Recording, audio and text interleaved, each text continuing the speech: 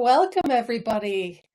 Let's see how many people are on the call already. Okay, it's ticking up, Kristján. That's good. Yeah, We have plenty another of second people. to talk about Iceland, which I am fascinated by. Yeah. Really Okay. exciting session here today, Holly. And for all of you, those of you who are coming in, who are already in the session, I'd love to see in the comments just where you're calling in from. Are you calling in from Iceland, Norway, UK, wherever in the world? It's always fun to see. You can also do like your LinkedIn in the comments so people can know a little bit more about the people who are with us here today. Yeah, and if you want to connect with Kristján or with myself, we added those LinkedIns in the comments section. And I just want to say welcome to everyone here. Lots of HR people interested in AI automation of processes. And that is what we're going to do today. We're going to do live process automation. And my big point is without having to call the IT department, which makes me so excited. Simplify everything for us. And Kristján, you're going to tell us about how all this came to be. Because I will actually, let me just say, Kristján, you're the CEO, but you're also one of the founders of the company. Yes. Yeah. So tell me, how did you decide HR was the thing to do? That's a great question. I think I had been working with people building startups for a long time, and I had been with a really fast growing company helping them out. Yeah. And I was kind of made responsible like for all of these different processes. And I just had issues among issues among issues. I tried all the systems that were out there trying to, just get things done like we've been helping people do on the other side of the table. And it just turns out I really felt things were missing. I really felt there was a way missing where you could, explain what you wanted and get it built and have it work for you. And that's sort of what triggered it. Just like solve the problem you felt was out there. Well, that's great because I've worked in HR roles for about 25 years. Yes, all in Norway. And I've been really involved from implementation of early ERP systems, like the early days of SAP, and then all the way up to today, where there's this huge expectation that things are supposed to happen by magic. And I've been really lucky to work with a lot of really motivated and insightful HR people who spend a lot of time teaching themselves things that you shouldn't have to expect of an HR person. And so I've really, we've built bits and pieces, puzzle pieces, and no matter how many well-functioning systems you have, there are all these gaps of administration in between. And guess who ends up doing that? Basically everybody in the company. And then it's HR's responsibility, right? Because there's so much manual activity in between. So I'm really looking forward to this. And I want to just say, just so everybody knows, I chased you down.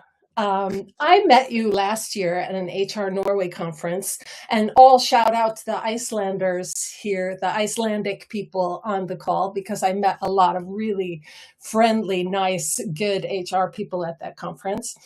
And I met you, and I was talking about this particular frustration, this particular pain point, that why is it so hard to integrate these systems? Why do we have to build each puzzle piece from a form to an automation why do we have to do this?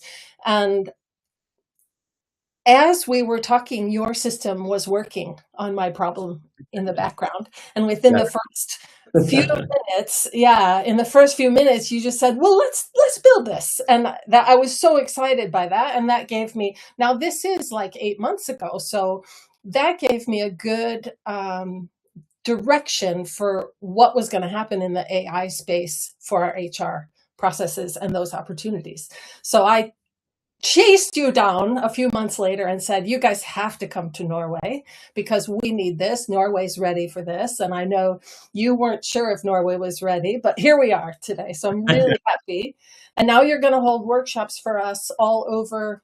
Well, not all over. Norway's a very big country, but Bergen, Stavanger, Oslo, we're going to have workshops in September so people can join those in a physical space. Absolutely. And we'll talk a little bit more about it in the end, but we'll cover some space, and that's it. It's over the course of 1 week. So 3 cities, 1 week, ton of exciting things. And I think the idea today is to just show people What is it that you're going to do in a 3-hour workshop? What can we showcase here in half an hour? So you get the idea. And also for those of you who are watching online, can't make it for the workshop, still plenty of value to just see if you're thinking about your own stuff, if you want to use AI more for whatever you're doing in HR, what's a practical way to actually do it and get started. So that's the whole idea. Right. With that being said, Holly, I think we should just get into it. Are you ready Yeah, for that? we should. So, there's this big dilemma now. Are we going to build it? Are we going to buy it? Are we going to borrow it? Are we going to make bots? And I have actually created a little test portal for myself from your website. So I've been practicing a little bit myself, and I'm quite convinced that there's a nice little combination here that will allow me as an HR person to really take control. And I think it's how many years have we spent drawing these workflow diagrams, either in a workflow tool or in a and I really just mean a static one. I don't mean an active one, but like a PowerPoint presentation, and then writing a business case, and then trying to sell it to management and looking for budgets. And I think that we're gonna jump right over all of that long-winded design and budget phase, and we're gonna start practicing right away inside the toolbox. It's so exciting to me. Exactly. And I think this is the fundamental change now. So before, everyone did things like the way you just described it.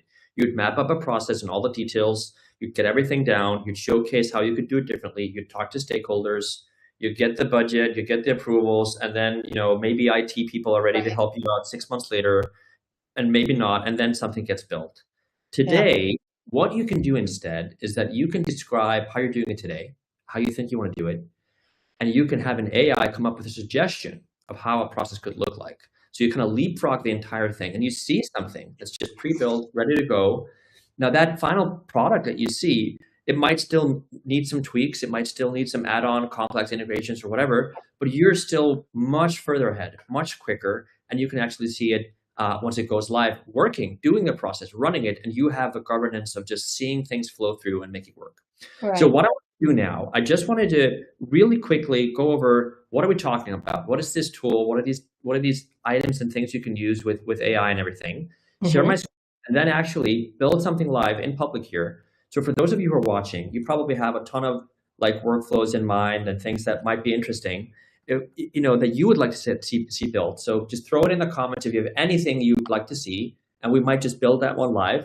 And we also have some ideas that I want to walk through.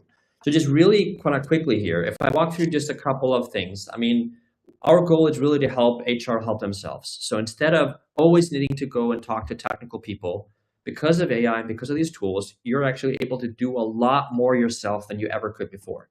Doesn't mean necessarily everything, but there's so much more that you can do now without first step being talking to tech people at the company to get help. Yeah. And we're really focusing on these types of processes that are repetitive, stuff that you're always constantly doing again and again and again, and other people in the org that take so much time, things that are deadline driven, you have to do it before a certain date. You might have seasonal hires, or there might be some credentials that are expiring or needs renewal, or whatever it is, background checks before something. There's a ton of things that are deadline driven. And also this thing that you were talking about at the beginning, Holly, that they're cross systems, right? You have all these tools that are cross systems and need to talk to each other. And the one thing to remember when you're doing these AI things is the context you give these AIs, they are key. Context meaning all the information you tell them about how you're doing things, how you'd like them to be done, how you build those prompts, and we'll show you some examples. They are actually key in making sure the processes that get built are good. So you can't just talk to an AI and say, build me an onboarding process and get something that's phenomenal. You have to say, build me an onboarding process for my company. This is the name of that company. This is how we do stuff. This is how we'd like to do it differently. And that's how the context gets greater. And I will show you some examples of why that matters and how it gets built. And let me just interject and say to people who are on the live stream to please, if there's a process that's a pain for you, would you write it in the comment and maybe just write what it's about? Maybe it's about sick leave follow-up or other kind of leaves, or maybe it's about some kind of approval or, following up on boarding. It might be many different things. But if there's something you actually want to talk about so that I just don't have all my things solved, then add it to the list. just add it to the list, and we'll build something live for you guys. But on that note, like there is so many things you can build, and our tool is sort of like Lego chips. So it's you can build whatever you want with the tool. You could use it for other things than just HR. But most of the people that are customers from our end, they're building HR processes. They become people operators on their own. And it ranges from all the things you want to see from the moment you attract people joining your company, the recruitment process, what happens when you pre-board them, meaning like everything that happens before the first day of work, everything that happens after their first day of work and how you actually onboard people, like everything they should learn to do. And then as they become existing employees, all the employee requests and things like that. And we have different maps that show this. Like this is an example of a kind of similar journey that show you all the examples of the workflows you can build in all those steps. This is something we could share after as well. But it's just like a quick overview of so many vast different types of processes you can do from the moment that people know about your company, get hired and onboarded, they're existing employees and have all sorts of requests and things to make them the best versions of themselves as they're with the company until they actually are offboarded and maybe could become alumni. So these are all the things that we need to think about in HR. Like how are we making all of our people the best version of themselves? What are we doing manually? What do we want to automate? Where's our pain point? So if you're looking at this, there's definitely something in your work that you're thinking, I feel I could maybe do this better. And the right approach to think about it is actually to start by saying, like, list up the processes you have that you have a gut feeling could be improved. Label them as like high, important, and urgent of improving them. And you'll see on your end what kind of gets a green, red, yellow color. And then take that process and work on building a workflow through it. And we'll show you exactly how we do that right now. So just a tiny bit about us for context. Like we are a fast-growing startup that started here in Iceland, but we have offices in the Nordics, UK, and other places. Our customers have automated 6 million automations as of this summer, and that's about last year. There was about 1 million. So the growth of usage in our systems is just growing at extreme rates. There's been thousands of workflows built, and we've gotten awards like Company of the Year in Iceland. And one of the reasons our customers trust us is because of security and how we sort of allow people in HR to implement HR in a smart and safe way. So of course you can use Copilot and Claude and ChatGPT in your own ways, and you're sure your own organization is starting to play with that. But also like having a platform where you can use AI in a responsible way that's hosted in Europe. The data sets are in there with sensitive data. It's not used for any type of training purposes with any AI models. You have paper trail, like you can decide exactly when and where a person can decide things. It can connect to your systems. There's all sorts of things that you really want to make checkbox. And so whatever vendors you're exploring and using, like there are some checkboxes here that are really important. And if you're like a public entity or a bank or a central bank with all sorts of regulations, like these are things that you just have to checkbox in the right way in order to move forward. And there's always like our team, we have a ton of content about these things for those that like want to explore that more. But we now actually want to build stuff live and show you some of the things.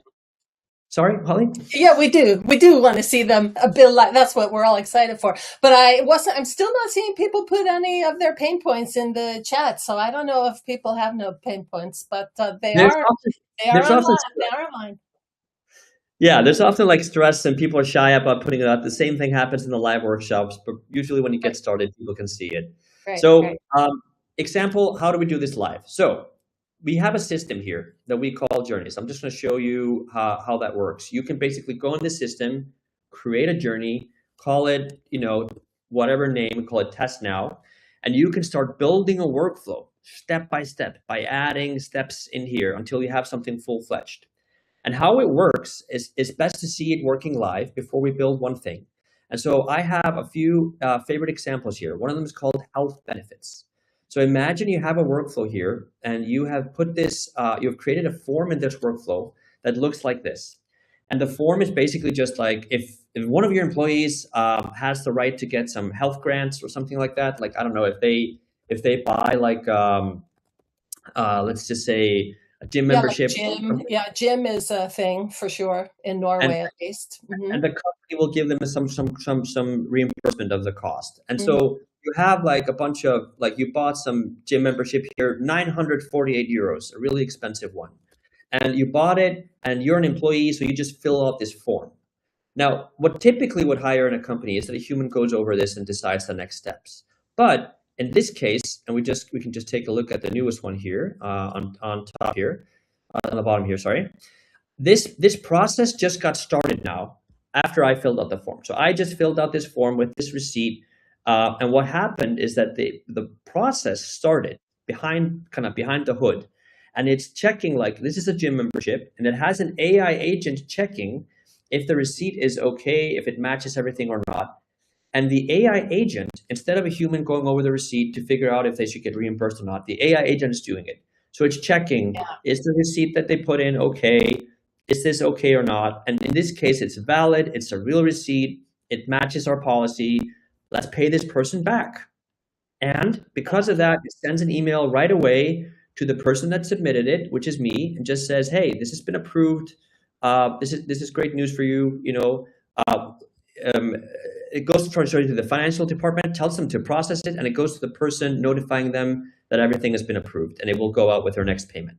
So, and this is like the magic of these new AI models integrated into the system, because, you know, was it like 5 or 10 years ago, it was these optical readers, but every invoice had to be set up exactly the same format so it could be identified with the computer, right? So, and now you have an AI agent created within this, the system created the agent just based on what you asked it to do. Exactly. So that's another thing we're doing right now. So you told an agent, I would like to have a health benefit workflow like this, and the agent would build this entire workflow. The agent would build the other agent, this one here. We have agents, leading agents within our workflows. This is the next step right here. And so this is how it works once it's been built. But what am I talking about? How do you actually build it, right? And so here you can go in and just say, I want to build a new workflow. And yes, you can do it manually. You can go and build a form, and you can, you know, build a picture of the top of the form and just kind of say, you know, I want to have a picture of something nice here on the top. And you can do all this manually and decide the text that goes in all the right places. And once it's been built, you can do like step by step what should happen next. When someone fills this form out, should they get an email, or do we want to add an AI agent, or what do we want to do here? And but you can also, instead of doing it step by step, just tell the AI what you're thinking about doing, and that's what we're going to do today. So, Holly, I'm wondering, what do we want to build? What do we want to do? You know, I was thinking just about some kind of simple approval form, but this is something like it. But then I was thinking, what about all these anniversaries? Because that seems to be something that we'd really like to do better because of, you know, recognizing employees. Line managers don't really follow anniversaries very well. Maybe there's a task you have to request baking cookies or something, or flowers, or, you know, how could we automate like an anniversary recognition process like that? 100%. And there's like, we could write something raw down together now. We can do that, but we could also just like, there's a ton of examples of workflows here. You can pick any one of these. You could just kind of go, I don't know, like a birthday or anniversary. If you don't see it, you can go, okay, it's not there. Then you just put something down here. You say, you know, I want to build, you know, birthday, anniversary. Is that what you're thinking? Is it for birthdays for people or for something else? Well, it might be any kind of anniversary. I'm thinking maybe it's a work anniversary. Maybe they have like a 30th birthday, or a 50th birthday, 40th birthday, those kinds of big ones. So we could do birthday or work anniversaries, both. But like, I want to build a, you know, birthday workflow that celebrates people's birthdays. You know, I have typos here. You know, maybe bigger budgets for bigger birthdays or something. And you can just say something like maybe a week before, notify the manager of the person, so there is a present ready, right? On the birthday. So you can do something like this. And you can, when you do this, and it's fine if it has typos, it's fine if you write this in Norwegian or whatever language you prefer, it will understand as well. You can have it in planning mode, like we do here, or you can have it just like, just go build it right away. And the good thing about planning mode is that it will ask you clarifying questions. So it will ask you something like, how do you know that people are there? And it's just like, no, we'll just add all the people. Don't worry about that.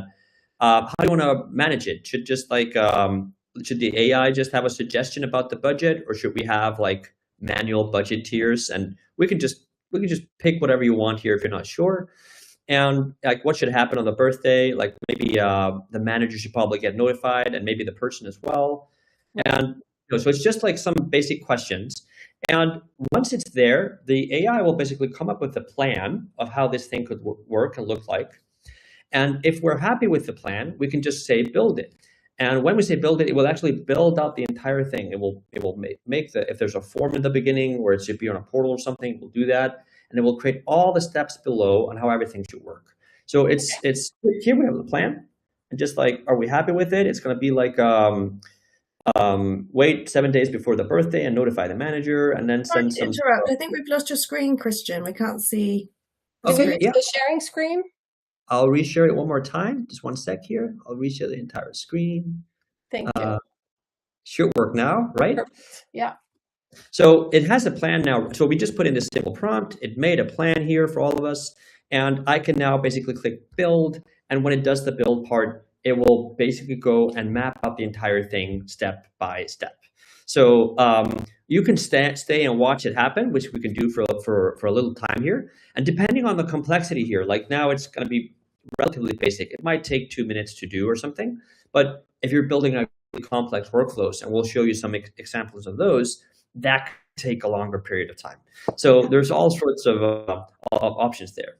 You can see already here that it's built the first agent. So just in front of us right now, it's given it the name birthday celebration. It's built the first agent. We can click it while it's building, and just take a look at how the configurations are there. And it says this is like a birthday budget advisor, and it's suggesting the budget based on the age and the milestone birthdays. And it's deciding to use the OpenAI 5 model here. You could change that into something from Claude if you prefer, or whatever kind of.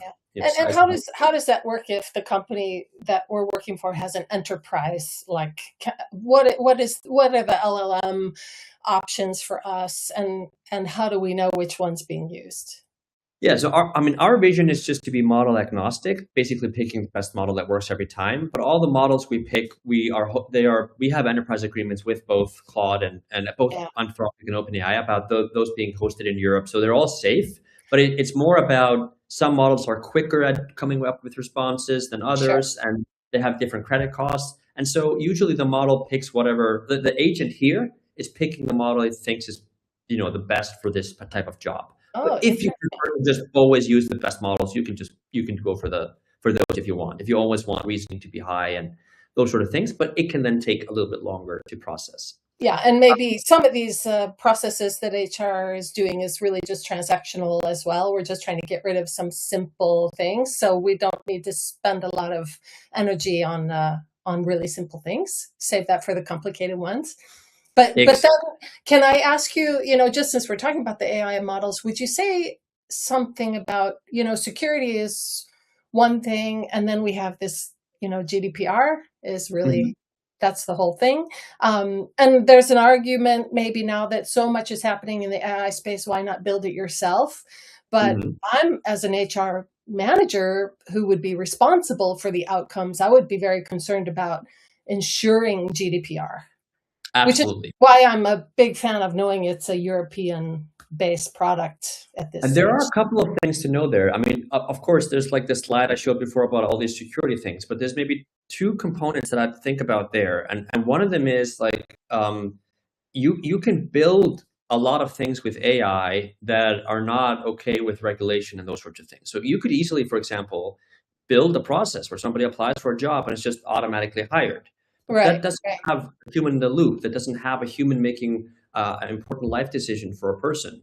So what you need to make sure that you're doing is that you're building processes that have steps where the AI is amplifying everything that's going on, but you need to decide, is this something we want to have fully automated or human in the loop? And I'll take a really simple example.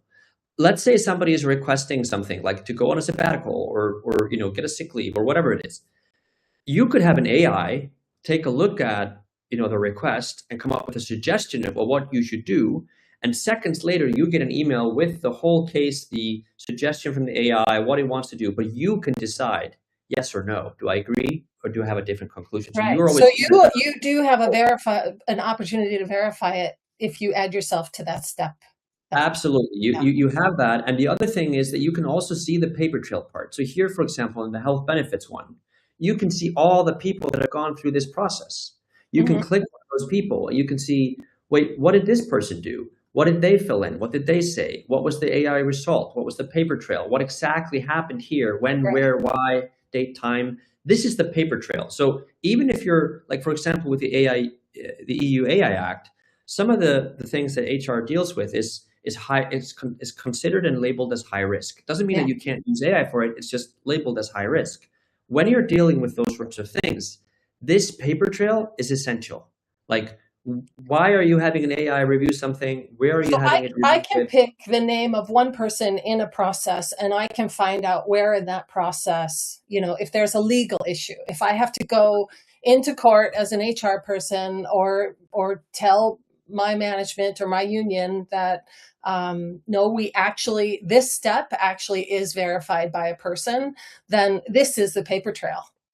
Yes, you can literally see all the people who've gone through all of your processes. You can see how many processes they've been through. If you click them, you can see all of the processes. And if you click one of them, you'll see exactly what happened within that process for that person. And you can do it like I'm doing right now in seconds. Like, it doesn't take a long time to do it. It might take like 2 seconds to load here, but like this is the real paper trail part. And this is really essential, because if you give your team just Copilot and ChatGPT and Claude, that's great. That's great for a lot of deterministic things. But like, the paper trail of what it was used for, when, where, why, how is a little bit different. Yeah, it's a little more challenging to prove what you've actually done in the process if you can't go back to the step. Yeah, exactly. Yeah. So with all of that in mind, I mean, we built some birthday thing here, and it was really quick at kind of building something. It has an agent. It will wait 7 days before the person's birthday. It will send them an email. We have something, right? But a birthday celebration is great. It's like a really nice to have if people have extra time. That was just a simple one. And one of the participants said that our system already flags anniversaries and birthdays. Most HRI systems do. They maybe push that information to the line manager, or it's on like a forum or something, or a site that they see. But I, as a line manager, still had to write the email and find the employee number and the department code, and I had to order the flowers, and I had to ask them to order a cake, and that seems to me like we could skip some of those steps now. We could. I mean, our existing birthday thing in our own company is like 30, 40 steps, and it takes care of a lot of these things fully automatically. So there's so many cool things you can build with it, and the customers have showcased. But I was wondering, like, I had this one example in mind, because we're going to Norway, and we were thinking, like, usually when we do these sessions, we show something like onboarding, which is like really detailed and really practical about how you do all the steps for that. I'm actually going to skip that one right now in case of time. Maybe I'll jump into it later. But there's a ton of really cool things you can build with like onboarding, pre-boarding things. But I was wondering if we could, because I prepped a small thing here regarding a sick leave process for Norway. Yeah, and this is kind of a good lead into one of the questions that we had about how 50 Skills could have access to our own organization or our HR system, right? Like, you need to pull information from the HR systems, or maybe payroll, or somewhere else, right? They could be different systems. And then in Norway, we have some public, or I should say the national welfare sites, where they actually have open APIs, but I haven't figured out yet how to quite leverage them as an HR person, but I know they're there. Yep. And there's a lot of, I mean, in different countries that we work in, there's different things. Like, there's often when you're doing signing documents, and you have a person applies for a job, you might have their ID number, and you need to retrieve more information about the person. And then you can have like an API with a public entity that gives you their name and like all sorts of like address and those sorts of things. So different countries have different rules about these things, but there's a lot more of open APIs that allow you to do these things, doing credit scores, doing these things that need to be a part of a process for them to work properly. So what about just the big HR enterprise systems? What about like my ERP system, the big popular ones? You have a lot of, I think, API integrations and things that people can choose from. 100%. And when you're, and I think on that note, like we have, so when you're, for example, when you're building these processes, what you can start by doing is just like getting an overview of how a process would look like. Then once you've done that, you say, I don't want to send an email to someone to do something in the ERP. I would like to just automatically get information from the ERP. Exactly. And then I'd like to create users or update records or whatever. And you can you can do that as well with these integrations. And I'll kind of show you a little bit when we do the next process, the difference between doing a simple thing and maybe a more complex thing, and when you get help and when you just do it on your own. Okay. So if we go into the sick leave for in Norway, for example, a lot of people that often start using these AI tools, they start with a prompt which is saying something like this, a very thin prompt that doesn't give you much to hold on. They will say something like, build me a sick leave process for Norway. And you can definitely go into the system and you can just, if I go back here and I just, build something like sick leave simple, I mean, you can start with this and just ask it to do that, right? But the problem is that when you do this, is that it doesn't have full context of what you want to do. Do you want to build a really detailed one or a simple one? Are you doing it for your own company? Does it, those sort of things. So it already asks us like a ton of questions here. I'm just randomly kind of putting some options. It will come up with a plan. It will build something simple for us. And we'll see how this looks like in a second. But the part that is much better to do is the context part. And so what we have been teaching people there is a methodology that works really well, which is to basically have a talk, have a discussion, have a sit down with your team. When you have to sit down with your team, talk about this particular process, just one process at a time. What's the problem with sick leaves that we're doing in Norway right now? What's time consuming about them? What could we do better? And from that conversation, you will have an audio recording that you turn into a transcript. And this could be in Norwegian or English, whatever language you want. And then you take that transcript and you put that into the system and have it build a process from that. And so we have here an example, the thin prompt. And below, we have an example of an actual conversation. Oh, gosh. Right? So you have an HR team in Norway. They're talking about a sick leave. They're talking about 3 or 4 people sitting together at a desk, and you have like a full transcript here. It could be 10 pages of length, right? Okay. And what you do with this is that you can put it raw into the system if you want to. But what we have also done is that we have some helping materials that our customers are using, which you can basically take. We call it the Navigator prompt generator. So there's a lot of instructions about how it's taking a transcript, which I can just paste here below. And then you take all of this text, you copy it, and you can put it into a system like Journeys. And you can just go in here and just go, detailed journey. And you can put the prompt in here, plan it, and now you can see how long this is. This is multiple pages in length. Okay. But this is so much more context than a simple, build me a sick leave journey. And because of that, it will build something way more sophisticated. And we'll just see that in a second now, that we'll have both of these, detailed one and a simple one. The simple one is probably at a state now where it's just ready to build, and we'll see it build something super simple.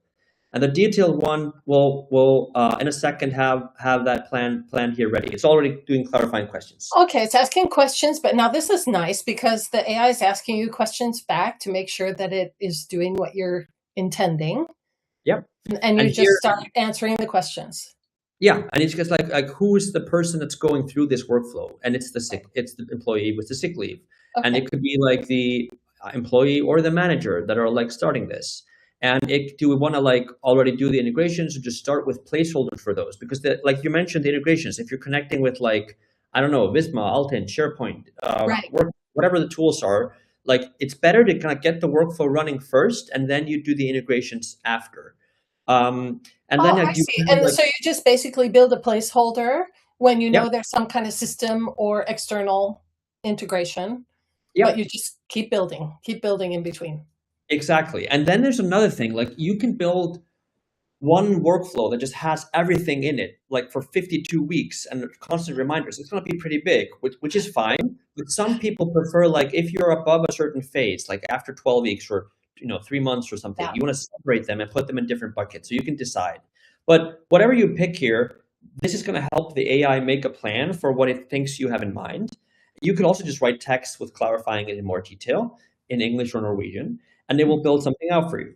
Now, I already, because it's going to take a while for this to kind of digest. So I kind of made one example of the pizza for us to see, Okay. so we don't have to watch it cooking the entire time. And here it made something, and this is literally something I made 10 minutes before the webinar. So I haven't Oh, even wow.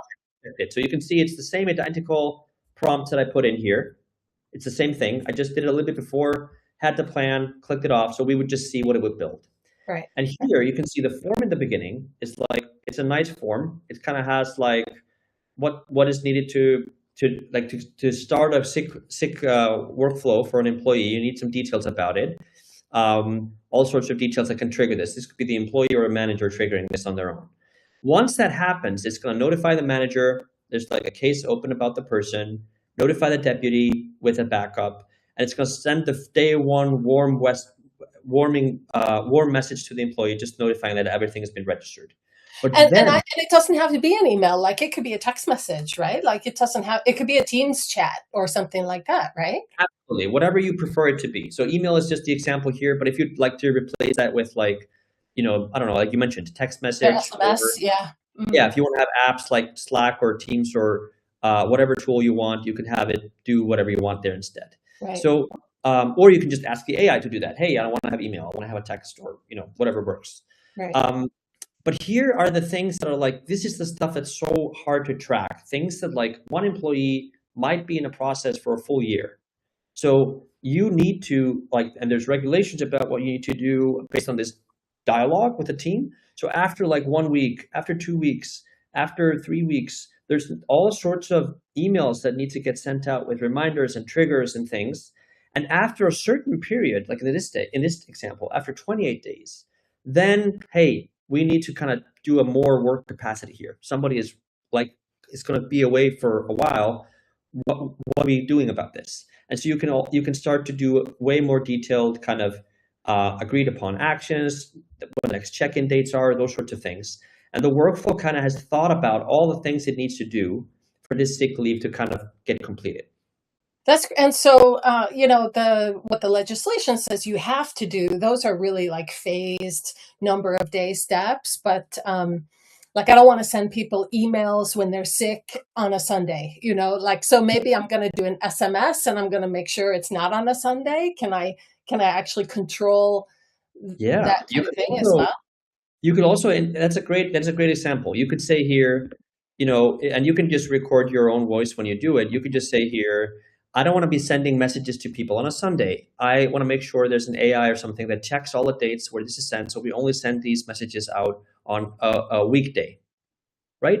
So that's one way to solve it. Like you could have opened up every single thing and checked the dates and done, or you can just do something like this. Right. Now, it takes that into consideration. The AI asks you clarifying questions like, okay, I get what you're meaning. And it's going to update the entire workflow based on what you just asked it to do. So all the things that are set up like on a 21-day interval or a 6-week.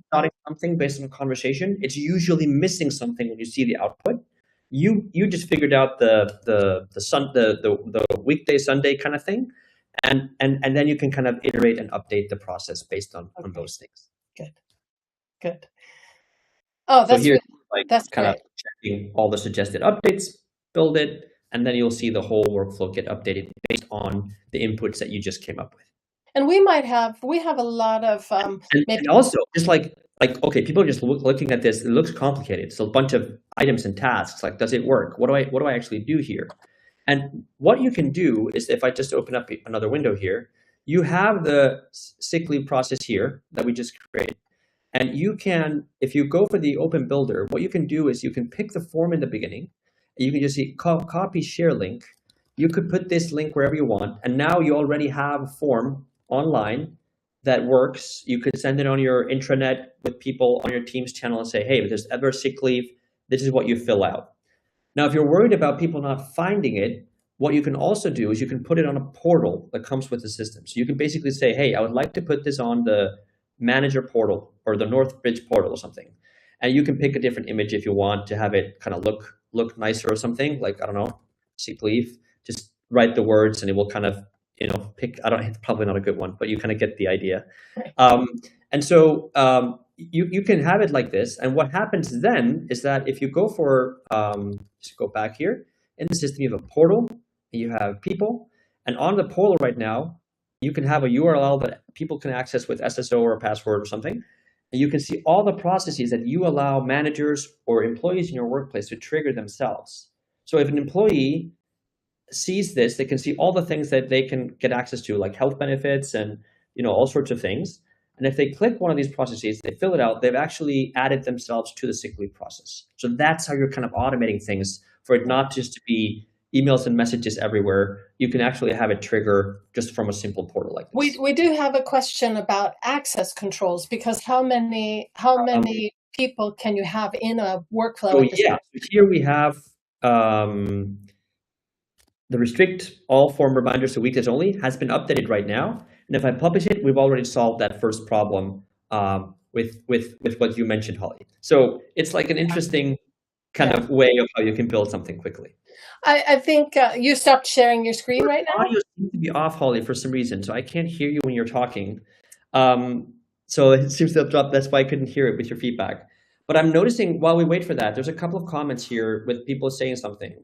And I think it's something from Samantha here, who's writing that when she's talking about AI and the work, all of you can read this in the comments, but she starts talking about the safeguard piece is what like a lot of frameworks are skipping, and that's really one of the things that that people miss. And I absolutely agree with you, Samantha. And the other thing there is like when you're like with whatever frameworks your company has, we're working with companies in all sorts of places with all sorts of regulations about both like geography, their own country, their own location, global laws, EU laws, those sorts of things. And you can also have all of that as context when you're building the workflows. So when you're building something with the agent, you can add all of that stuff as context, just like I did with that, thicker prompt when you're building it. You kind of had that in place. Can you hear me now, Kristján? We can't still hear you, Holly. I'm not sure. You can try rejoining and seeing if it kind of comes. I'll jump out and jump back in. I'm not sure if there's something happening with the tech there. Very strange. But for those of you, while Holly is checking with her audio, for those of you who are listening, like this is basically what we wanted to show you today, and how you can get started with building something. But there are still. Can you try now, Holly? Just while I don't know if you can hear me now. I don't know what's going on with audio, so I'm gonna just try and continue and see if we can fix it. Okay. But for those of you who are still here listening, so basically, you can obviously go into an AI right now, describe any process, and get something built there. But what is it that you can't do? What is it that you should actually get help with? And so others seems to be able to hear you, Holly, but I can't for whatever reason. So I'm not sure. Okay, so now it works on my end. So sorry. Okay, so okay. It just didn't come through on my end. Well, I'm glad to see that it's working now. Okay, Yeah. but you've answered some of the questions, but there is that one question I really want to make sure we get to. Some of the data, a lot of the HR data is sensitive. We want role controls so that only certain people can see data for certain employees in the workflow. So would you say something about how the system protects the particular person in the workflow? Absolutely. So first of all, the person in the workflow the person going through the workflow, we call them the traveler, and we call the system journeys. So it's a traveler going through a journey. The person going through a workflow doesn't see the workflow themselves. The only thing that they see is the messages and information that you decide they should get. So that could be them filling out a form and a copy of that form. It could be a text message, emails, it could be Teams messages, whatever you want it to be. So you can decide all the stakeholders who are part of that journey, that workflow. You can decide what information they retrieve at any given point. Okay. With other people on your team and managers and stuff, yes, there are roles. You can decide what workflows they see, do they have access to, those sorts of things. And there's a lot of configurations around that end. So that's important. And also with all the integrations you add, you can configure what they can do and can't do. So there's a ton of checklists there that people can play with when they try this thing out. And then tell me about, a lot of us are using a lot of our HR data for visualizations and visualization tools like Power BI is one big one that I'm used to. But we could actually add something into the process that reports this data or this step in the data back to a Power BI report or something like it.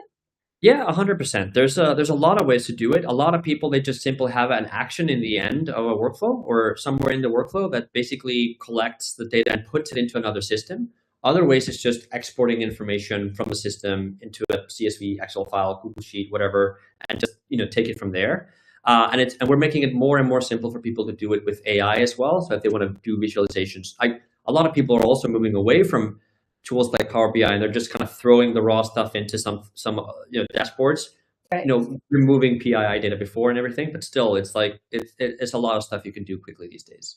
Okay, and then you do have these portals that anybody can establish if they add a link on their website or on their internal site for their employees. But now I think I saw something the other day about being able to go directly through your company's AI to ask some of the questions that are in the processes. So you don't even have to have it on a portal. Exactly. Yeah. So you can trigger a process to start with whatever method you want. So, but the word trigger is really important for our system. So no process starts without the trigger. And what do you want the trigger to be? The trigger could be that somebody talks to your co-pilot at work. I want to go on a parental leave. What should I do? And you can then connect it to the system and it will check, do we have a process for parental leave? And if it has a process for parental leave, it will say, hey, we have a process for parental leave. Like this is the company policy and everything. But if you want to actually tell us that you're going on parental leave, we need to get your name, email, confirmation that you're going and what dates and whatever information it is the company feels they need for the confirmation. And you can just do that in your chat, in your Copilot. And you fill it out instead of the form. It will do the exact same thing. It will basically say, oh, these are the fields that are needed. And when you do, that will basically trigger the process. And this is based on what HR has already predefined the input for each step should be. Exactly. I mean, I can show it really quickly, so just so people get the idea. I think seeing is often it helps people to just understand it. But if I just share the screen one more time here, so people get the idea here. How it works is that just so you can try this afterwards if you want to. If you go to settings, there's something called an MCP server. So don't be afraid of it. You just can create it, and you can just say Ollie example here, right? And you can add a journey here, and we just did the sick leave one here, for example, for Norway. Right. And you can say, whenever someone asks for sick leave, tell them that they can officially enter it by filling out the details below, right? All right. And here you can just decide what are the fields that they actually need to fill out. Or is it just like, should we let them know about all these fields? Is it required or not? And once you've done that, you just click Add to Journey. And then what you do is that you click this MCP. You go and save this one here. And just connect it to third-party tools, and you connect this to your Copilot, your Claude, your ChatGPT, whatever it is, with ideally your system admin or someone who does that, and then you can make it accessible for all of your employees or groups of employees. So you can make multiple MCP servers. You can make one MCP server, for example, that takes all the things that are on your company portal for all employees, and that should be accessible for everybody. But then you can have another MCP server that's maybe only accessible for managers. Like if they want to trigger an offboarding process, that's not something somebody. We don't want other people to do that. Yeah, you might have another one for HR. Well, maybe. Yeah, I mean, so there's a ton of ways to do it, but it isn't more complex than this. It's a few steps, but the point is, like, you can decide, okay, we want to have like a chatbot that you can ask questions that answers everything, but we also want to have the ability to just integrate with all these workflows that we're building. So you can end up with 30, 40, 100 workflows and connect those that you want with your AI tools that you're using. And we as an HR admin team in the backside, we can still see where that employee is in each step in the process, even though they didn't even go through the form on the site. They started in Claude. You can see exactly where they started. If they started in Claude, if they started in Workday, if they started in whatever system you're already using, those systems can trigger the things to start. It can also start with an email. Like a lot of companies have a company email, like help@HR at company name or something. Right. You can take that email, you can forward it to every workflow you build well, you have the option of adding this is called mail hook. And when Oh, you do it, you can just forward your HR help address to this email that the workflow creates. And then you can have an agent review the email and come up with a suggestion of what it should do. So here, for example, it's a company that uses email to, tackle random HR requests. okay. The agent can decide if it should answer it automatically, ask for clarifications, escalate it, do sensitive, it's all sorts of things. And so basically, here's a bunch of questions that people have sent in. Somebody is unwell and wants to take a sick leave, they send an email. Or somebody's requesting vacation, or somebody is, whatever they're doing. And the AI is suggesting what it should do next, and it's drafting the response right away. Okay. So that goes right to whatever policies you have already in place. If you've added that policy or procedure as a part of the workflow, I guess, knowledge bank, Yeah. then The it agent just pulls itself, on that and makes a decision or the escalates agent, it. yeah, the agent itself can have the context, the prompt, how to make decisions on these things. You can give it knowledge files about your company. You can give it system instructions, all sorts of things. Or you Right. can just ask the agent in the system to build that agent for you, right? But the point is, you can configure it to do what you want there. And this can be, and again, you don't need it to automatically reply to the person that sent the email. You could have it automatically send in the question and the suggested response, and then you can decide if you want to move forward with it or not. So you can have basically the agent reviewing the email, the agent suggesting how you respond to it, the agent sending that suggested response to you, and then if you just say yes, this is what I think we should do, it will do it in a click, right? So that's like the kind of one of the things that you can do to really save time and get Yeah. things going. So it's a lot of things you can do, and that's why I think just when we started in the beginning, overview of all the things you can do, where are your pain points? What do you feel you might be able to do better? It's great attending these workshops and sessions to get inspiration and see examples and templates and stuff. But if you have something that you want to do better, then write down why. Talk about how you're doing it today, how you might do it better, and just play with it. Just see what comes out of it, and you'd be surprised of how far you go. And with that in mind, Holly, there is what about the complex stuff? What about the stuff you don't feel you can continue with? And I have a 3-tier layer of things there that I think is kind of a good rule of thumb. And I think it's if you are connecting to an ERP system or your HRIS system, especially if it's maybe not the coolest tier ones out there with the plug and play thing, then you typically should involve a technical person at your company to help out, or someone on our team to help out, and they can help you do it. Definitely. But if you want to just map up these processes and have it work for yourself, if you want to do a connection with Microsoft Teams, it's a self-service add-on. You can just click it and add it, and then you can send messages on Teams instead of email, as long as you have admin or authentication for that tool. Right. So that can happen quickly. But if you're doing more complex integrations, ERP, HRS, whatever, in the beginning, you need someone to help you out. But once they've set it up, you can actually start to build workflows and continue using that integration in a lot of different places. Because that integration access is already set up the first time. Exactly. But that's where you need the help. And so in the beginning, map it up. Just have a placeholder saying, hey, here I'd like to go into Workday and get all of our job descriptions or all of the managers or whatever it is that you have in mind. Right. But once you have the kind of structure ready, that's the next steps. Get an expert to help you out, and it won't take them a long time because they'll see the context of everything you're trying to do. Right. It's very visual, right? It's very visual for people to understand, which is a great advantage because we have spent many hours, I think, in HR trying to explain an HR process to a non-HR technical person. And then always explaining why it's important to do this. And then we end up going back and forth, and it's really costly to adjust it and tweak it every time, or one size doesn't always fit all. It's very painful to have one size fits all. But with this, if you get the integration to your other systems up front, then you can create one workflow that's tailored to a particular group or part of the business or employee type.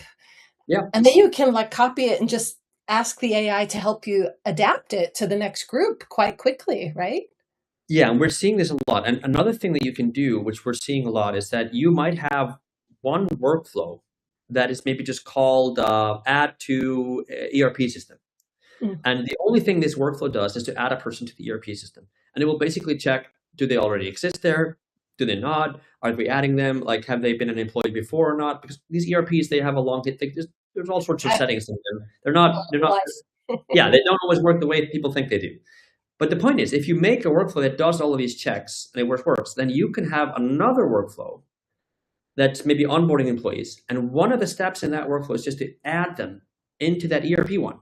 So you can make as many workflows as you want. And whenever they have a step to add someone or update their records, it can just flow into the central one. So you're this is the Lego brick concept you're talking about, right? Yeah. So you have this Lego brick that's, add employee to the ERP system, and you use it over and over and over again. Exactly. I mean, so for larger employers, like we're working with airlines, airports, banks, financial institutions, all sorts of players here. And they're often like doing trainings the same way, doing uniforms orders the same way, creating in systems the same way. And so they've just created this layer of workflows that do that. And then whenever they're building a pre-boarding, onboarding, offboarding, whatever it is, one step is to add people to those layers. And even for companies with more complex stuff, like you might have credentials validation, you might have multiple subsidiaries, like you're doing a ton of things. And this is like, this is where you can get so much more value. Just building one core super workflow for certain integrations and then connect them together like Lego. Well, I see from the chat that your team is reminding me to watch the time. So that's our hint. And I'm so excited about how far the opportunities have come with 50 Skills. And I'm so excited that you're coming to Norway. I know you're also going to, you're going to Stockholm, you're going to Malmö, you're traveling around London, maybe even, I think. But I'm so happy you're coming to Bergen and Stavanger and Oslo in September. And I hope more people are signing up for those. We've got good signups, and I think it would be a lot of fun for us to do this ourselves in person in a little HR collective. It's really cool to see. And in any case, it's a real learning experience to see what the future of the HR process is. In the old days, we were automating things or digitizing the exact same process. Now we can just tell 50 Skills what we want the outcome to be, what problem we're trying to solve, and it can give us a suggestion about a good process. Instead of copy and paste an old poor process, we can get a suggestion for a good process. I'm very excited about that. 100%. So a bunch of events coming up. The ones in Norway, I'm really excited for those. All the event links are in the comments. So if you're interested in joining us, sign up there. We've done plenty of these before, and I promise you over the course of the session, you'll get a lot of value. You'll walk out from the session with your own processes, your own access to the system, and just really excited about this one. So thank you everyone for joining. Hope you had a great time. If you want to connect with Holly and I think we have our LinkedIn somewhere there. You can find us with search. Happy to take any questions you might have, and just thank you for being with us today. Thanks so much, Kristján. It was really interesting, and I really appreciate your time today. Thanks everybody for joining us too. That was great. Take care. Bye-bye.